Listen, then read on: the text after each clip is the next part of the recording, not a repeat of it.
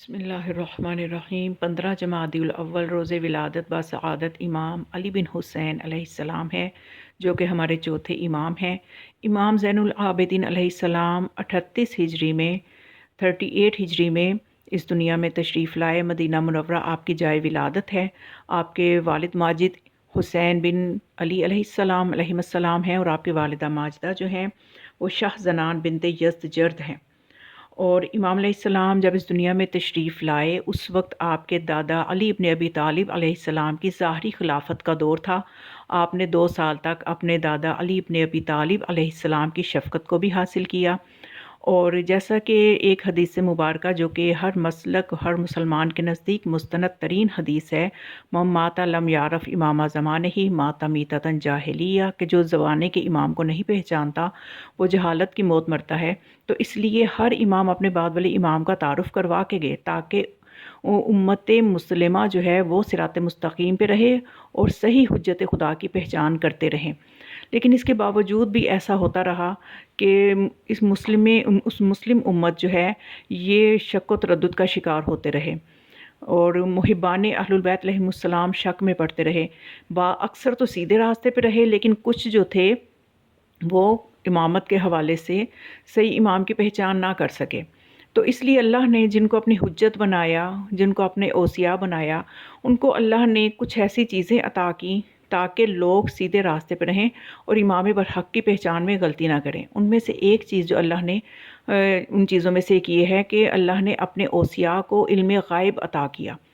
جو کہ دنیا میں کسی اور کو عطا نہیں کیا۔ تو اب جس میں جو علم غیب رکھتا ہوگا وہ برحق امام ہوگا۔ تو امام زین العابدین علیہ السلام بھی علم غیب رکھتے تھے، اور ان کی زندگی اور سیرت کا جب ہم مطالعہ کرتے ہیں تو ہمیں پتہ چلتا ہے کہ امام علیہ السلام کی زندگی میں ایسے کئی واقعات ہیں جہاں پہ آپ نے علم غیب کا اظہار فرمایا۔ اور یہاں میں ایک واقعہ درج کرتی ہوں کہ امام علیہ السلام نے ایک مرتبہ جو تھا، ایک دمۃ الثاقبہ میں یہ واقعہ موجود ہے کہ ایک مرتبہ حجاج بن یوسف نے عبد الملک بن مروان کو لکھا کہ علی بن حسین کو، یعنی امام زین العابدین علیہ السلام کو قتل کرا دے،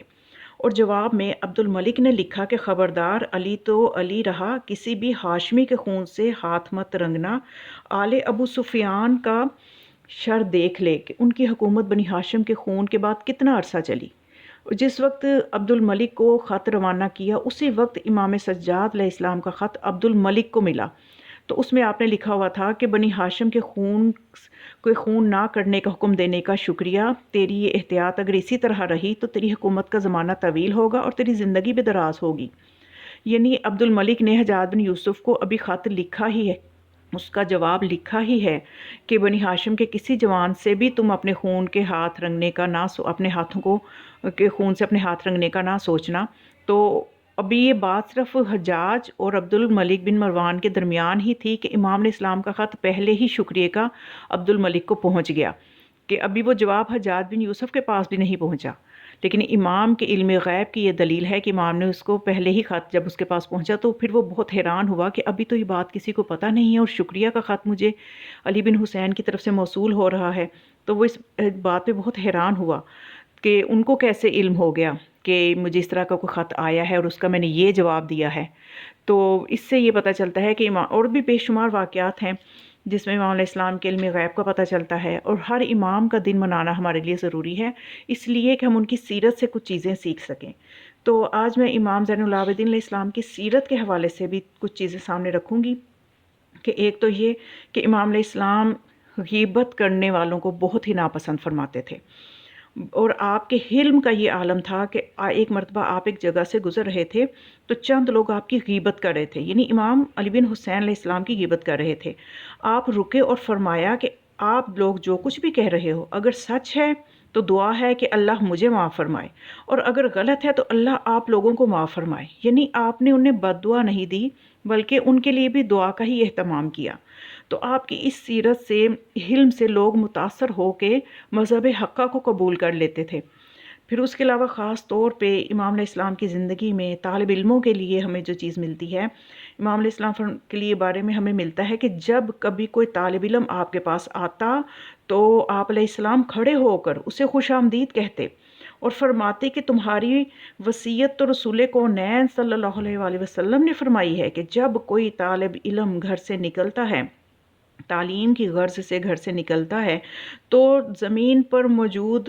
جہاں بھی وہ قدم رکھتا ہے تو زمین کا وہ حصہ اس کے لیے استغفار کرتا ہے۔ یعنی طالب علموں کے لیے امام علیہ السلام نے اپنے جد کا فرمان